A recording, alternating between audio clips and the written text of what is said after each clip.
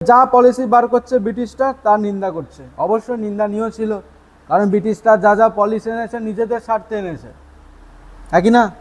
নিন্দা করতেই তো হবে। ক্লিয়ার? তো এই যে আমরা সময়টা পড়লাম সভা সমিতির যুগ, এখানে যা যা দল পাবো সব রাজনৈতিক। ক্লিয়ার? আজকে যে টপিক আছে 3 নম্বর টপিক, সেই টপিকের নাম হচ্ছে জাতীয়তাবোধ তৈরি হবে কিসের মধ্য দিয়ে? তৈরি হবে লেখার মধ্য দিয়ে, আর তৈরি হবে রেখার মধ্য দিয়ে। লেখা বলতে লেখালেখি এখানটায়, আর রেখা বলতে আঁকা, ছবি আঁকার মধ্য দিয়ে। ক্লিয়ার? এই দুটো জিনিসের মধ্য দিয়ে আমরা আজকে জাতীয়তাবোধ জিনিসটা বুঝবো, মানে কিভাবে আমাদের দেশের প্রতি ভালোবাসা বাড়াচ্ছে। ঠিক? লেখা বলতে আমরা 3টে লেখা আলোচনা করব, একটা গোরা, একটা বর্তমান ভারত, আর একটা আনন্দমঠ। এই যে 3টে লেখা, সমকালীন 3টে লেখা, কিভাবে 3টে লেখা ব্রিটিশ বিরোধী ভাবনা চিন্তা তুলে ধরেছে, এবং কিভাবে ওই লেখাগুলো পড়লে আমাদের মধ্যে জাতীয়তাবোধ আসবে। বুঝা গেল? এই নিয়ে হচ্ছে আমাদের পড়াশোনা চলবে। আর কি চলবে? রেখা, ছবি আঁকা, ছবি আঁকার মধ্য দিয়েও জাতীয়তাবোধ জাগে। যেমন একটা এক্সাম্পল দিই, যে ভারত মাতার চিত্রটা স্বাভাবিক, সেই সময় আমরা বলছি দেশকে ভারত মাতা বলছি, তো ভারত মাতা অনেকে তো দেখতে চাইবে যে ভারত মাতা কেমন দেখি, সেই সময়টায় ছবি আঁকা দরকার, বা তাকে দেখাতে হবে। সেই হিসাব করে ছবি হিসাব করে তৈরি করলো ভারত মাতা, 4টে হাত দিয়েছে, 4 হাতের বিষয়বস্তু রয়েছে। এই নিয়ে আমরা পড়াশোনা করব। তো আজকে আমরা শুরু করছি লেখা দিয়ে। লেখার মধ্যে প্রথমে নেব গোরা, নেব গোরা উপন্যাস। ঠিক আছে? গোরা উপন্যাস দিয়ে আমরা স্টার্ট করি এক এক করে।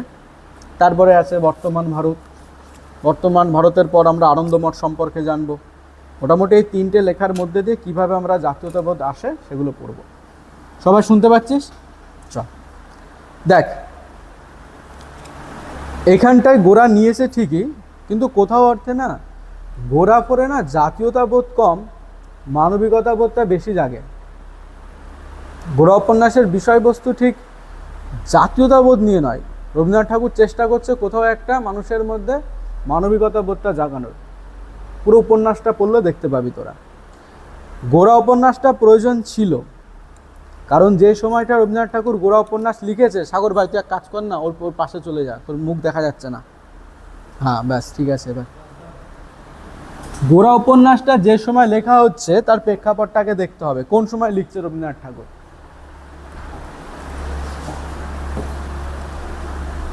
সাল হচ্ছে 1905। আমাদের ভারতবর্ষে তখন চলছে একটা বিশাল মুভমেন্ট, যাকে বলা হচ্ছে বঙ্গ আন্দোলন। ঠিক আছে? 1905 সাল।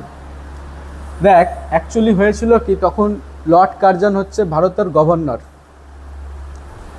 তো ব্রিটিশ সরকার এত বড় ভারতকে না চালাতে পারছে না, কারণ ব্রিটিশ বিরোধী এত আন্দোলন শুরু হয়েছে বাংলা জুড়ে।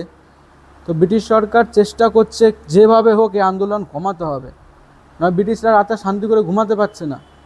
এই গভর্নরকে মেরে দিচ্ছে, ও গভর্নরকে মেরে দিচ্ছে, এরকম পরিস্থিতি হয়ে গেছে। এই অফিসারকে মেরে দিচ্ছে, না একরকম অশান্তির মধ্যে আছে ব্রিটিশ সরকার। তাই ব্রিটিশ সরকার অ্যাকচুয়ালি চেষ্টা করছে বাঙালিদের মধ্যে, ভারতীয়দের মধ্যে ঐক্য কমানো। যদি একবার ঐক্য কমিয়ে দিতে পারে তাহলে ব্যাস শান্তিতে রাতে ঘুমানো যাবে, নয় সব কটাকে ওই ঘুমের ট্যাবলেটকে ঘুমাতে হচ্ছে রাতে। এইখান থেকে শুরু হবে বঙ্গভঙ্গের জার্নি।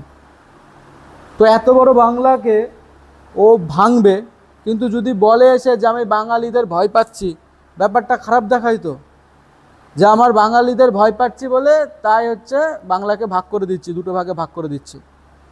বুঝতে পারলি? তাহলে এইরকম যদি এসে বলে, বাঙালিরা হাসবে, ভারতীয়রা হাসবে, যে এত বড় শক্তি দেখো আমাদের বাঙালি জাতিকে দেখে ভয় পাচ্ছে।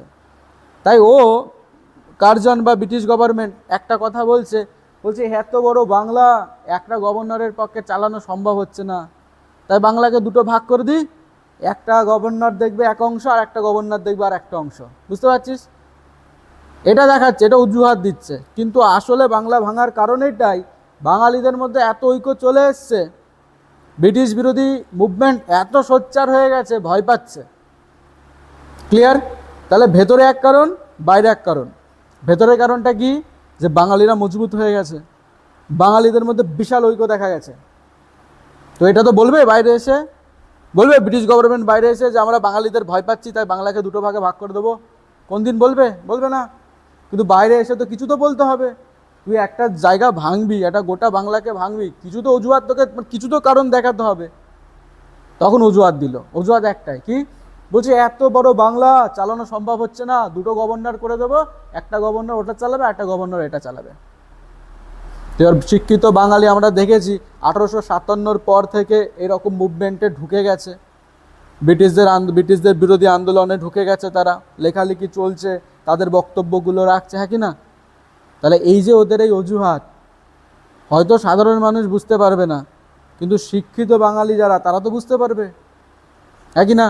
রবীন্দ্রনাথের মানুষজন তো বুঝতে পারবে ওদের চক্রান্ত, বুঝতে পেরেছিল। আসল ওদের উদ্দেশ্য বাঙালিকে দুর্বল করার, বাংলার মানুষগুলোকে দুর্বল করা। কিভাবে ভাগ করছিল?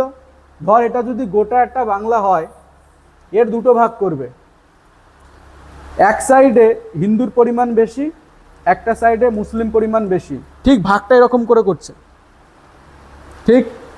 এবার খেয়াল করবি, একটা পরিবার একসাথে ছিল, পরিবারটাকে যদি ভাগ করে দেওয়া হয় অফিসিয়ালি, দুই ভাইকে আলাদা করে দেওয়া হয়, হতে পারে দুই ভাইয়ের মধ্যে ঝামেলা কম বেশি চলছে, এবার অফিসিয়ালি যদি দুই ভাইকে আলাদা করে দেওয়া হয়, দেখবি দুই ভাই আরও যেন এক অপরের থেকে দূরে চলে যায়।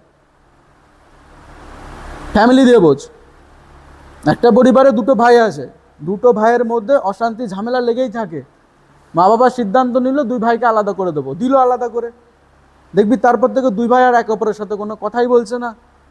মানে কাহিনীটা হবে বিয়ের পর, কিন্তু ভাঙাভাঙির কাহিনী বিয়ের পরই হয়ে থাকে, বিয়ের আগে না। ক্লিয়ার? এটাও ঠিক তাই। হ্যাঁ, হিন্দু মুসলিম তাদের মধ্যে বিরোধ আছে, কিন্তু ব্রিটিশ সরকার যখন অফিসিয়ালি ভাবে বাংলাটাকে ভেঙে দিল, তাহলে বুঝতে পারছিস তো, হিন্দু আলাদা মুসলিম আলাদা।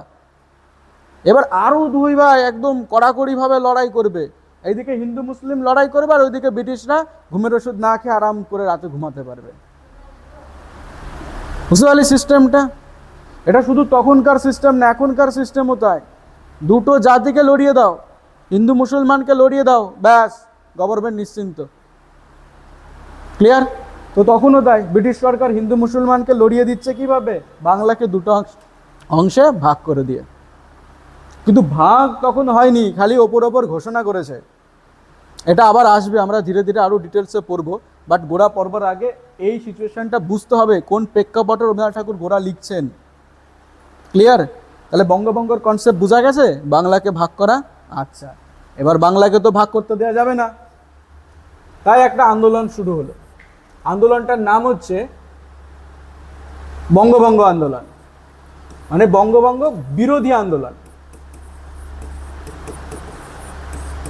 ব্রিটিশরা করছে বঙ্গভঙ্গ, বাংলাকে ভঙ্গ করার চেষ্টা করছে, দুটুকরো করার চেষ্টা করছে, বাংলাকে আমরা ভাগ করতে দেবো না, তাই আমরা নাম দিলাম বঙ্গভঙ্গ বিরোধী আন্দোলন, হ্যাঁ কি না? ক্লিয়ার? এবার এই আন্দোলনের সাথে প্যারালালভাবে আরও দু চারটে আন্দোলন চলবে। প্রথম যেটা হবে বয়কট আন্দোলন। বয়কট মানে কি? যেমন মাঝে মাঝে আমরা বলে থাকি না যে চাইনিজ দ্রব্যকে বয়কট করে দাও, মেড ইন ইন্ডিয়া নিয়ে আসো, বুঝতে পেরেছিস? ঠিক এরকম ব্রিটিশ দ্রব্যকে কি করে দিতে হবে? বয়কট।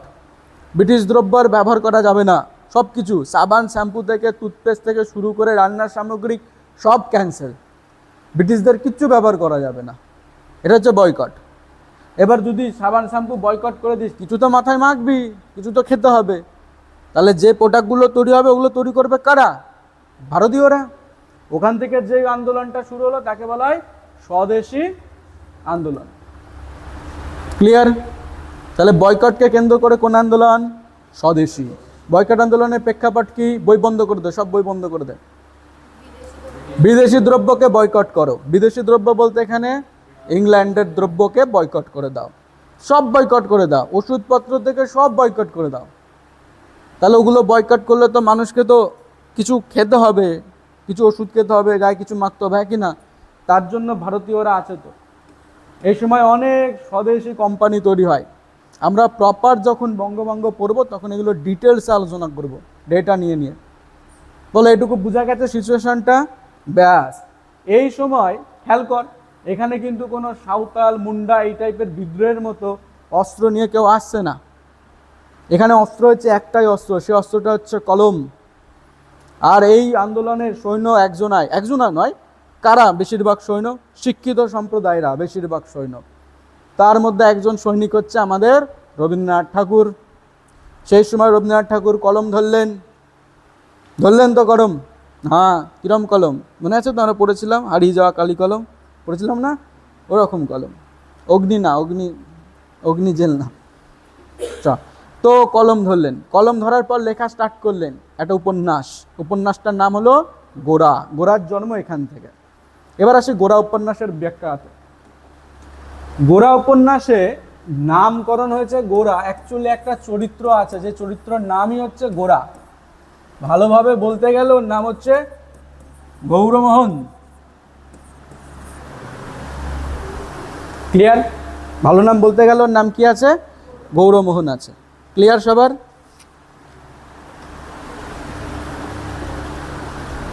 একে নিয়ে পুরো উপন্যাসটা। এর মানসিক পরিবর্তনের ওপর ডিপেন্ড করে পুরো উপন্যাস চলছে। হ্যাঁ, উপন্যাসের মধ্যে তুই প্রেম ভালোবাসা পাবি, আবার একটু আধটু প্রেম ভালোবাসা না, অত্যাধিক সে ত্রিকোণ প্রেম বলে না, মানে একজনাকে দুজন পছন্দ করে, ও লেভেলের প্রেম আছে গল্পে। ক্লিয়ার? তো আমরা ওই অ্যাঙ্গেলটা নেব না, কারণ আমরা টেনে পড়ি, তো ওই অ্যাঙ্গেলে এখন আলোচনা করলে অসুবিধা হয়ে যাবে বাড়ির লোক দেখলে।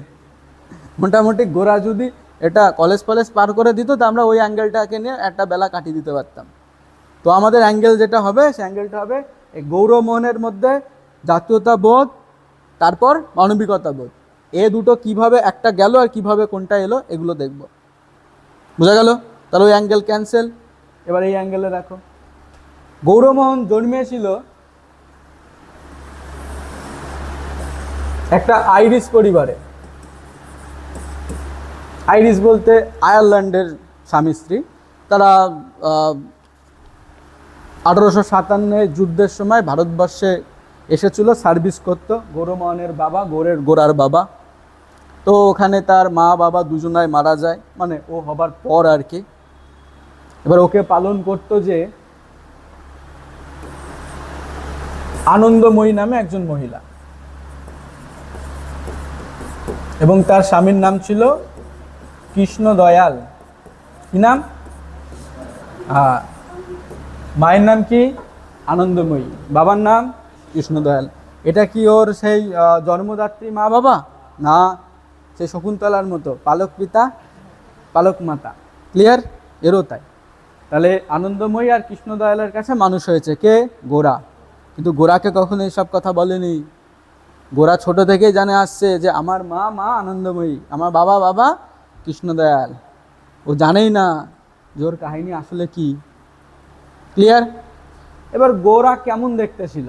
ন্যাচারালি কিরম দেখতে হবে? ফর্সা হবে। এক কথায় যদি বলিস গোরা দাদা দেখাও কিরম, চৈতন্য মহাপ্রভু ধরে নে। চৈতন্য মহাপ্রভুর, অ্যাকচুয়ালি রবীন্দ্রনাথ ঠাকুর কোথাও একটা মনে হয় চৈতন্য মহাপ্রভুর অদলেই গোরাকে নামিয়েছেন উপন্যাসে। পুরো চৈতন্য মহাপ্রভু যেমন দেখতে, গোরাকে ধরে নে সেরমই দেখতে। ফর্সা, ধবধবে, বিশাল, গৌর উজ্জ্বল, দেখলেই ভক্তি করতে ইচ্ছা করে। এই টাইপের তার শারীরিক বৈশিষ্ট্য। ক্লিয়ার? তো এইভাবে গোরা আস্তে আস্তে বড় হচ্ছে। এবার একটা ছেলে মেয়ে বড় হবার পেছনে তার পরিবার, তার সমাজ, এগুলো খুব ডিপেন্ড করে। সমাজ পরিবার যেমন হয়, বাচ্চা কাচ্চা সেমন তৈরি হয়। বোঝা গেল? অনেক বাচ্চা কাচ্চা দুষ্টু হয়, এটাও বাচ্চার দোষ না, এটা দোষ হয় তার ফ্যামিলির, সমাজ, এ দুটো। যদি ফ্যামিলি দায় না নেয় তাহলে সমাজের ওপর দায় চাপাও, আর যদি সমাজ দায় না নিতে চায় মা বাবার ওপর দায় চাপাও, আর বাবা যদি দোষ না নিতে চায় মা দোষ নেয়। চাপানো হয়, নেয় না, কারণ মা গর্ভবতী, মানে গর্ভের থেকে বাচ্চাকে জন্মেছে, সব দোষ কার হয়ে যায়? মার। বুঝা গেল? আচ্ছা, তাজ্জব লজিক, একটা সমাজের লজিক। আচ্ছা চলো দেখো এবার আনন্দময়ী আর কৃষ্ণদয়ালের ক্যারেক্টারটাকে দেখতে হবে। আনন্দময়ী ক্যারেক্টারটা খুব সুন্দর ক্যারেক্টার। কিরকম? আনন্দময়ী ক্যারেক্টারটা একটা বলতে পারিস মানবিকতাবাদের ক্যারেক্টার, আর কৃষ্ণদয়ালের ক্যারেক্টারটা বলতে পারিস ধর্ম, ভক্তি, ভক্ত, আর কি বলতে পারিস এর মধ্যে, জাতীয়তাবাদ, এই টাইপের ক্যারেক্টারগুলো রয়েছে। তাহলে আমরা মানবিকতাবাদ বা মানবিকতাবোধ আর প্লাস জাতীয়তাবোধ বা জাতীয়তাবাদ একটু দেখে নিই, দুটো কি রকম, একই না আলাদা। জাতীয়তাবাদ, জাতীয়তাবোধ আগেও দেখে নিয়েছি, দেশের প্রতি ভালোবাসাকে বোঝায়, হ্যাঁ কি না? জাতির প্রতি ভালোবাসা, দেশের প্রতি ভালোবাসা, এগুলোকে আমরা বলে থাকি জাতীয়তাবোধ, জাতীয়তাবাদ।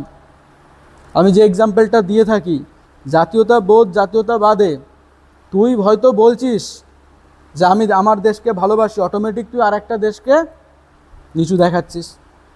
তুই কিন্তু মুখে বলছিস না যে আমি ওই দেশকে ভালোবাসি না, ওই দেশকে ঘৃণা করি, কিন্তু অটোমেটিক নিজের দেশকে ভালোবাসার পাশাপাশি অন্য দেশকে ঘৃণা করাই হয়ে যায়। ঘৃণা না করলেও ভালোবাসা কমে যাওয়া মানেই ওই গ্রাফে চলে যাচ্ছে, কমের গ্রাফে চলে যাচ্ছে। এক্সাম্পল দিয়ে থাকি মা আর বাবার। মেয়েদের যদি বলা হয় এটা ধরো মা, এটা ধরো বাবা, না এটা বাবা, ঘড়ি পরে আছে, এটা বাবা, এটা মা।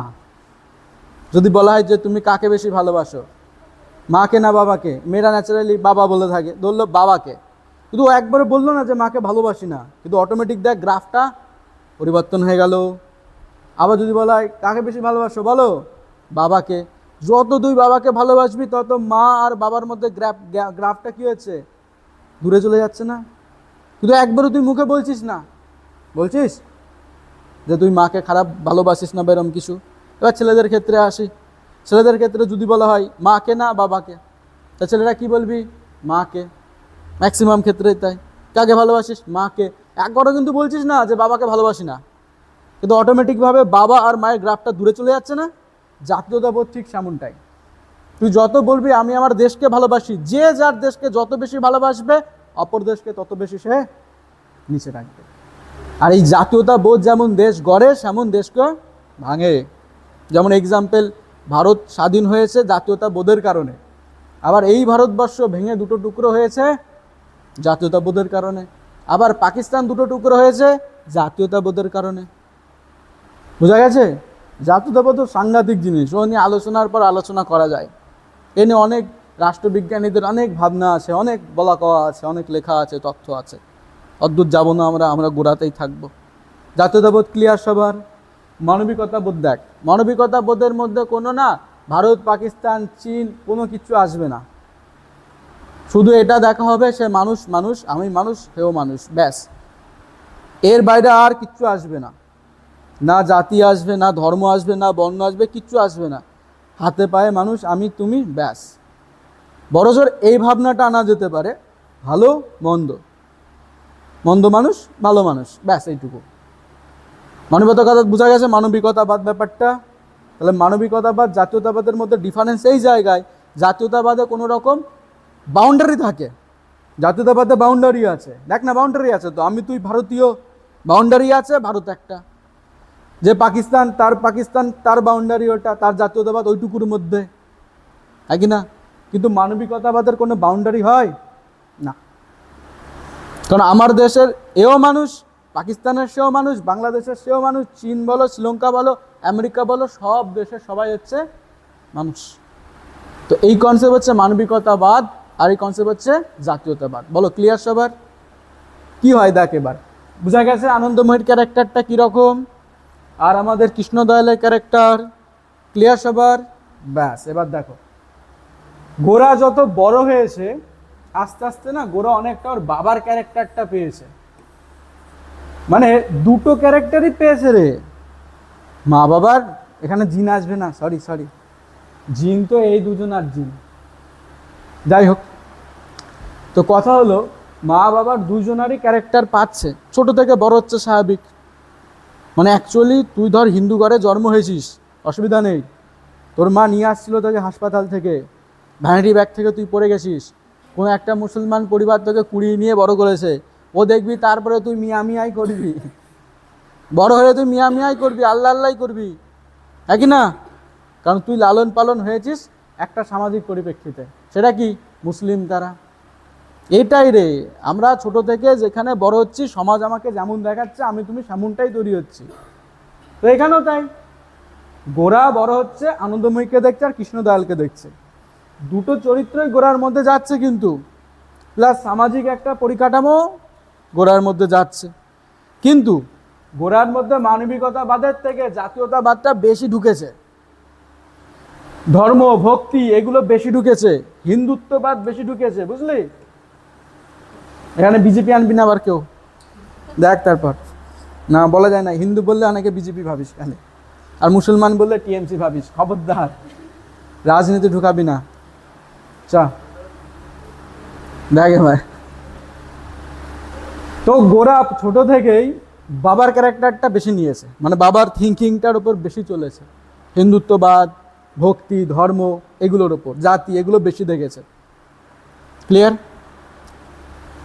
ও এতটা হিন্দুত্ববাদী ছিল, মানে মোটামুটি ধরে রাখ এই সময় যদি বা ওই সময় যদি বিজেপি পার্টি থাকতো বা এই সময় যদি গোরা থাকতো, গোরাকে কোথাও না কোথাও বিজেপির ক্যান্ডিডেট হিসাবে দাঁড় করিয়ে দিত, এতটা তোর হিন্দুত্ববাদী।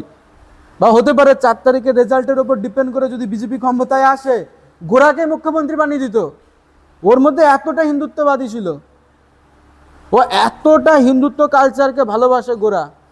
হোক, মুডে এসে গেছে, চলে যাবো, পরে কেটে নিবে এসব। জয় দেখাচ্ছে, ক্যামেরা চলছে কিন্তু। আচ্ছা শোন শোন শোন শোন, বুঝাতে হবে বুঝাতে হবে, 4 তারিখে যাওয়া হবে, চলে আসে। তো কথা হচ্ছে এটা, গোরার মধ্যে এতটা হিন্দুত্ববাদ ছিল, হিন্দু কালচারটাকে এতটা ভালোবাসতো যে না, ও ধর্ম হিন্দু ছাড়া আর কিছু বোঝে না, মানে ও এটা উঠতে বসতে মানে শুতে ঘুমতে সব জায়গায় খালি ওর এই থিঙ্কিংটাই, সাবকনসিয়াস মাইন্ডে খালি ওর এই ভাবনাটাই চলে, ভালো খারাপ না। এবার খারাপ কোন জায়গাটায়, তুই যদি পুরোপুরি এটাকেই নিজের লাইফে সব কিছু বানিয়ে নিস, হিন্দু ধর্মকে, তোর জাতীয়তাবোধ এই ভাবনাটাকে, তাহলে কোথাও একটা তুই একটা শ্রেণীকে তো নামিয়ে রাখছিস। বুঝতে পারছেন কি বলতে চাইছি? ঠিক ওই বাবা আর মার কনসেপ্টটা বললাম, তুই যদি পুরো হিন্দুত্ববাদ করিস, তুই কোনো একটা জাতিকে তো নিচে রেখে চলে যাচ্ছিস, এটা হিন্দু এটা বাকি ধর্ম। গোরা যদি শুধু হিন্দু হিন্দু হিন্দু হিন্দু করে, অটোমেটিক বাকি ধর্মকে নিচে রেখে দিচ্ছে, কিন্তু ওকে মুখে বলতে হচ্ছে না। ধরতে পারছিস কি বলতে চাইছি? ক্লিয়ার? এই জায়গাটায় সমস্যা, এই জায়গাটা রবীন্দ্রনাথ ঠাকুর তুলে ধরেন। আমাদের 1905 সালে যখন বঙ্গভঙ্গ হচ্ছে, তখন এইগুলোর থেকে সব থেকে বেশি যেটা দরকার মানবিকতাবাদ, ওনার সেটা মনে হয়। কারণ খেয়াল কর, ব্রিটিশ পলিসি কী ছিল? হিন্দু মুসলমানকে আলাদা করা। আর যদি একটা শ্রেণীর মানুষ যদি হিন্দুটাকে বেশি প্রায়োরিটি দেয়, অটোমেটিক আরও বিভাজন হয়ে যাচ্ছে। একে ব্রিটিশরা বিভাজন করছে, হিন্দু মুসলিমকে আলাদা করে দিচ্ছে, তার ওপর যদি একটা শ্রেণীর মানুষ শুধুমাত্র হিন্দুত্ববাদকে বেশি ওপরে নিয়ে যায়, আর মুসলিমের দিক থেকে শুধু মুসলমানরা মুসলিমটাকে বেশি, ইসলামটাকে বেশি ওপরে নিয়ে যায়, অটোমেটিক দুটো বিভাজন হয়ে যাচ্ছে। তো কিছু বিভাজন ওরা ঘটিয়ে দিল, আর বাকিটা আমরা করলাম, মানে ওরা জাস্ট ওপরটা চিরে দিল। দেখবি একটা গামছা ফাটানো কিন্তু, ছেঁড়া কিন্তু খুব মুশকিল, একটু কায়দা করে ফাটাতে হয় ওটা। এরকম নিবি আঙুলটা নিয়ে গামছাটাকে মুড়ে জাস্ট একটা টান দিলে ফট করে ফেটে যায়, তারপর সেই গামছা টানবি দেখবি ফটফর ফটফর করে ফেটে যায়। তো ওই গামছাটা প্রথম ফাটানোটা ব্রিটিশরা ফাটিয়েছে, আর বাকি যে পুরো ছেঁড়াটা আমরাই নিজেরা নষ্ট করছিলাম, হিন্দু মুসলমান বিভাজন করছিলাম একে অপরকে। ধরতে পারলে আমার এক্সাম্পলটা কি বলতে চাইলাম, মানে হিন্দু মুসলমানের মধ্যে প্রথম যে ভাঙনটা ব্রিটিশরা ঘটিয়েছে।